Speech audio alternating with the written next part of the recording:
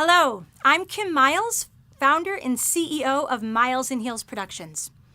I'm a powerhouse problem solver, motivational writer, humorist, and self-professed shoe addict. I am honored to be here giving my TED Talk today entitled, I Survived the Big C, Conformity. I bet you thought I was going to say cancer, didn't you? Or maybe you thought I was going to say COVID. Well, I have news for you. I have survived all three. Fun fact, this TED Talk is happening exactly 4 weeks after I was diagnosed with COVID. COVID, of course, is the second C word for today. When I was originally selected to do this talk back in February of 2020, COVID was an unfamiliar acronym that was referring to something that was happening all the way across the globe in an isolated area. Here in the US, we were weeks away from that acronym dominating our news cycle. Last year, the TEDx theme for Babson College was Bridging the Gap. However, in light of COVID and how it has irrevocably altered all manner of living, it's only fitting to alter the theme to include ideas that also break the norm. COVID will forever be known as the life-altering circumstance that challenged any and all sense of normalcy. Just for fun, I actually Googled, when will we get back to normal? Not surprisingly, 2,540,000,000 search results appeared relating to COVID. Which begs the question, what is normal anyway? Time will forever now be known as pre-COVID and post-COVID, and life during COVID has taught us endless lessons.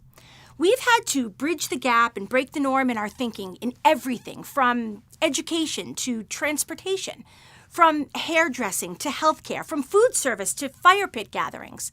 There is nothing that hasn't been affected, altered, or adjusted. The biggest buzzwords over the past year have been pivot and unprecedented. We've all been forced to reassess how we approach our daily lives. But I'd actually like to take a step back before it was cool to pivot and necessary to pivot, long before the word Zoom was a verb, a noun, and a necessity. It's how I came to be standing here today giving you this talk, and it's how I became a survivor of the big C word, conformity. You see, if you told me 8 years ago that I would be standing here giving a TED Talk, I would have laughed. 8 years ago, I hadn't even thought of becoming an entrepreneur. As a matter of fact, I'm actually a financial advisor by trade, and even that is a far cry from what I ever thought I was going to be when I grew up.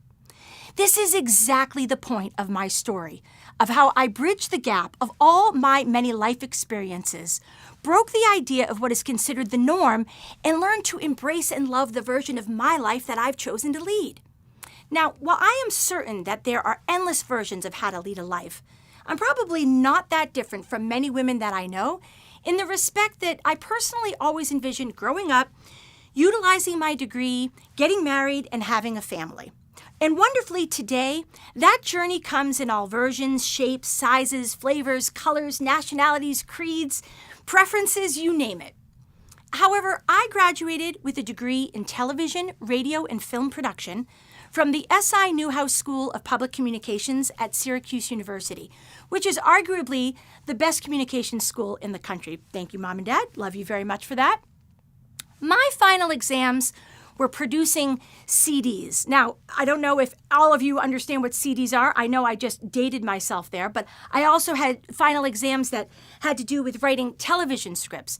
As a matter of fact, I'm actually a proud recipient of a Scooney Award. A Scooney Award is the equivalent in Newhouse of an Emmy Award. You see, all I wanted to do was I wanted to work in sports package production.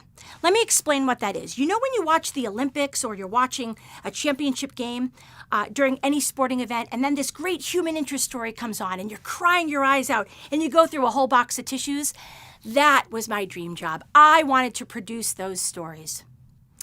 Fast forward to after graduation, I moved to New York City where I held several menial jobs in my desired field of television, only to actually become rather disenchanted with the entire industry. I found it slightly disingenuous, and it had a dark underbelly which ran very counterintuitive to who I am as a person. Luckily, a friend of mine saw something in me that I never did. She suggested that I try my hand at technology sales. Now, not that she thought I was some technology whiz, because believe you me, I am not. But she knew that I was great with people. And we all know that people buy from people that they love. It turns out that she was absolutely right. I enjoyed a hugely successful career in technology sales at the height of the dot-com boom and its subsequent bust. After almost 10 years of selling technology solutions in Manhattan, I found myself unemployed for the first time in life. But in a strange twist of events, I was unemployed by my own architecture. You see, I had wanted to leave New York after 9/11. And when my company was downsizing, I offered to be laid off so that I could relocate back to Boston with my then boyfriend, now husband. I'll never forget how conflicted I felt because, you see, I had engineered this state of unemployment, but I was totally freaked out that I didn't have a job for the first time in my adult life. My fiance, because he's such a smart guy, he told me to take a breath and take some time to explore new options. After all, we were on the verge of getting married. He had a job. I had some severance pay. We could afford to just take a beat. And that's when it happened. My father called me up one day and he said, "You know, Kim, I was just speaking to one of my clients who used to be an accountant, and he now works for a large life insurance company. So while you're considering your next move, why don't you just have a cup of coffee with him and have a conversation? Hear about his story. What have you got to lose?" "Life insurance?" I said to my father. Incredulously, I said, "Dad, I'm your only daughter. Do you even know me? I mean, I have a Scooney Award, for goodness sake."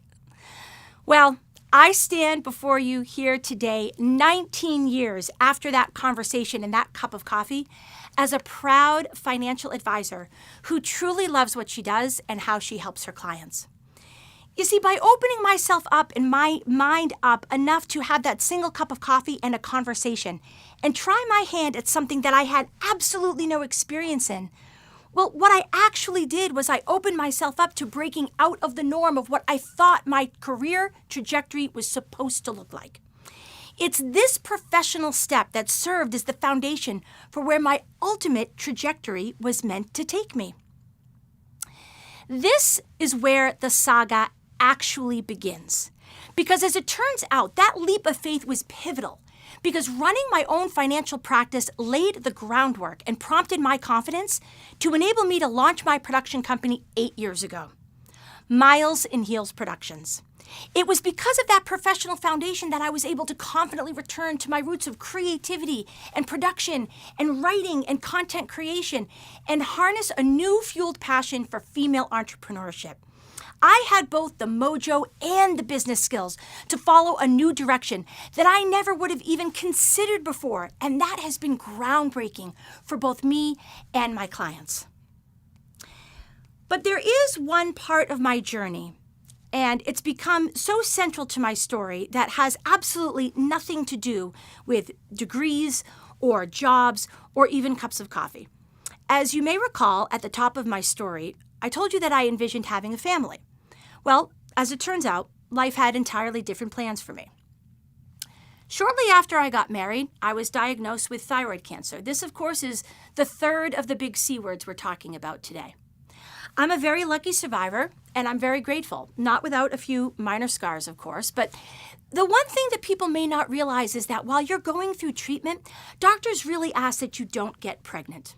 And while that may seem like the furthest thing from your mind while you're not feeling well, time has a way of creeping up on you. And for me, when I finally was feeling well and I was ready to have a family, I was then much older and things became much more complicated. According to a Forbes article from May of 2020 about millennial women who are delaying having children because of their careers, the Department of Health and Human Services actually reports that 12 to 13% of all couples struggle with fertility. Well, I guess that is just another club to which I belong. I mean, after 2 unsuccessful IVF attempts, I did get pregnant on my 3rd try, but unfortunately, it ended before things ever really got started, and it was fraught with a whole host of tough complications. You see, in the first chapter of our marriage, my husband and I were dealing with my thyroid cancer diagnosis, and then my fertility struggles, and instead of living our lives embroiled in yet another medical chapter, we decided we just wanted to enjoy each other and we wanted to enjoy our marriage. And we chose to be child-free. Hence the fourth C word, child-free by choice. Now, notice I said child-free and not childless. That is deliberate. Childless implies somehow that I am less than the next woman because I don't have children. I am not less than because I don't have children.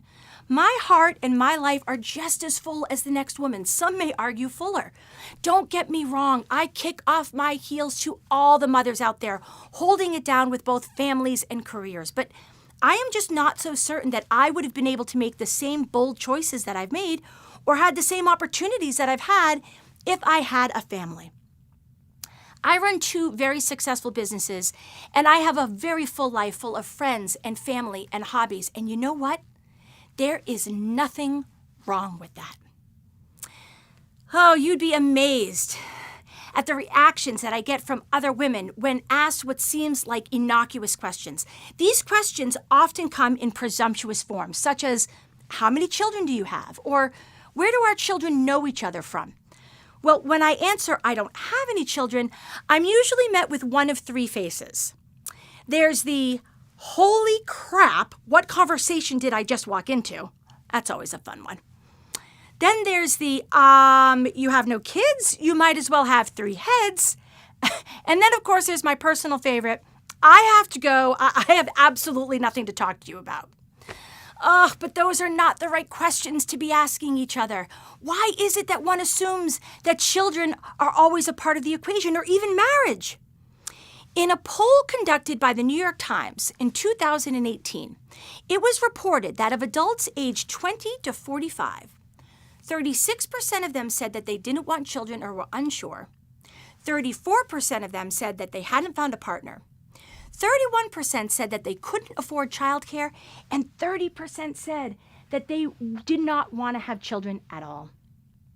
You see, different people have entirely different definitions of what their normal looks like. When it comes to family or career or marriage, how about learning about a person as a whole before jumping to conclusions about another female? Conclusion, yet another C word. I don't know your backstory and you don't know mine. Let's get to know each other before we pull the judgment card, shall we? Let's not project each other's norms onto one another, but rather let's listen to each other. Let's learn from one another about all the various variations of this thing called life. Embracing the pivot, bridging the gap, breaking the norm, having that cup of coffee, that's the secret recipe to a happy life. I want students, people everywhere, but especially women, to understand that their path in life is not always glaringly obvious. It's not always presented in a nice, neat little package. It's often full of missteps and wrong turns and gigantic leaps of faith. Gigantic leaps of faith and meeting lots of people for gigantic cups of coffee.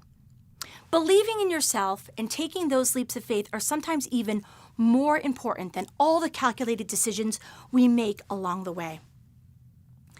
If you take one thing away from my talk today, please have it be this. Bridging the gap between our perceived projected future self and our actual present-day self is an act of self-love and acceptance. Just because I'm a woman, it doesn't mean that my path should be predetermined for me. It doesn't mean that I should be expected to have children, biological or not. That decision is mine and mine alone, and I should never be judged for whatever decision I made. I hereby release myself of having to justify my choices to make others feel comfortable, and I implore you to do the very same. That big C word, conformity. Conformity has everything to do with social standards and attitudes and practices. It follows comfortable norms and compliance. We are the only ones who can define what our new normal is and should be. And if we haven't learned how to adjust to what a new normal looks like in this day of COVID, then I'm not really sure what we've learned. So I challenge you here today, write your own script. Live your own unique version of your life and define it for yourself and yourself alone. Play by your own rules and nip conformity in the bud and become a survivor of that biggest C word of all. Let's start to champion our own choices and have the only C word worth using be that of celebration of each other. Thank you.